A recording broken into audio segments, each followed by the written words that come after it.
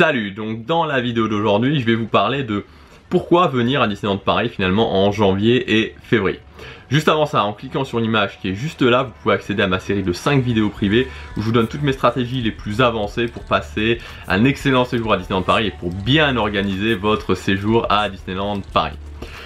Alors, en fait, là encore une fois, voilà, c'est vous qui m'avez inspiré ça parce que je reçois beaucoup de questions et voilà, ça m'inspire.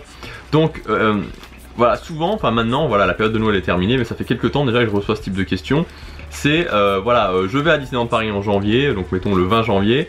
Est-ce qu'il y aura encore des spectacles? Est-ce qu'il y aura encore la parade de Noël? Est-ce qu'il y aura encore cette magie de Noël? Et voilà, est-ce qu'il y aura encore le spectacle La Reine des Neiges, etc. Donc vous voyez un petit peu le type de questions. Donc bah, je réponds forcément non parce que ça sera terminé.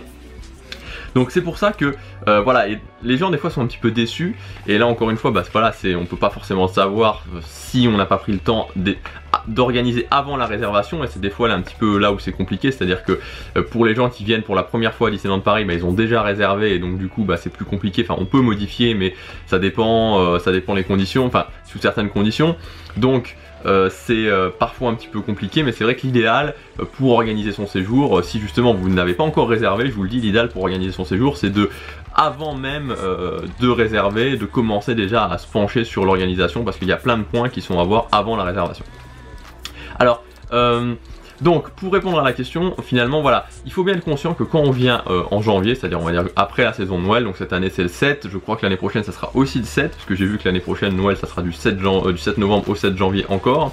Voilà, entre janvier et février, donc entre la fin de Noël et le début du printemps, finalement voilà, c'est la saison low cost à Disneyland Paris, c'est la saison où vous allez payer peu cher, mais c'est la saison aussi où il y aura moins de spectacles, ça sera moins, enfin il n'y aura pas de thématisation spéciale dans le parc, il y aura moins de spectacles. Alors même si cette année Disneyland Paris a décidé de faire un effort notamment pour contrebalancer le fait qu'il y ait beaucoup de réhabilitation dans le parc Disneyland, mais malgré tout voilà, ça restera moins magique que ça peut être à Noël, que ça peut être à Halloween, que ça peut être au printemps.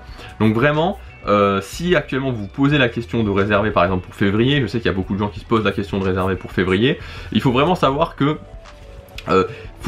voilà, si vous êtes un fan de magie, si vous êtes vraiment très orienté magie à Disneyland Paris, que vous voulez une ambiance, que vous voulez, quand vous y allez, vraiment vivre quelque chose, enfin voilà, être pris par la magie, je vous conseille plutôt d'attendre mars, avril pour la saison du printemps, ça sera plus magique. En revanche, si vous êtes plutôt orienté sur le fait de faire des attractions, sur le fait de profiter, d'avoir aussi certains avantages, hein, donc je vous disais le prix, mais aussi le fait que ce sera bah, qu'il y aura beaucoup moins de monde, hein, concrètement c'est vrai que moi j'y vais plus maintenant en janvier-février, mais pendant 2 ans de suite j'y ai été, voilà c'était en 2012 et 2013 je crois, ouais 2012-2013, j'y suis allé en janvier, non 2011, 2013 et 2014 je crois.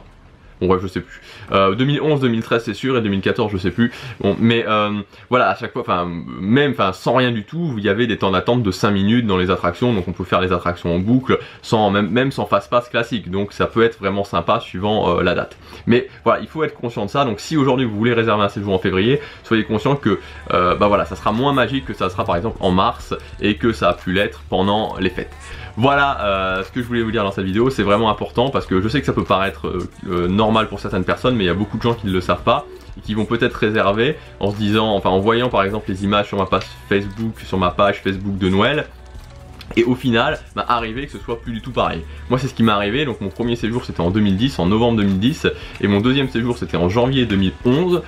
Et quand je suis arrivé en janvier 2011, bah, j'ai été déçu parce que bah, voilà, je savais pas à l'époque et je comprenais pas pourquoi c'était si différent que ce que ça avait été en novembre. Voilà ce que je voulais vous dire dans cette vidéo, on se retrouve demain pour la prochaine, salut!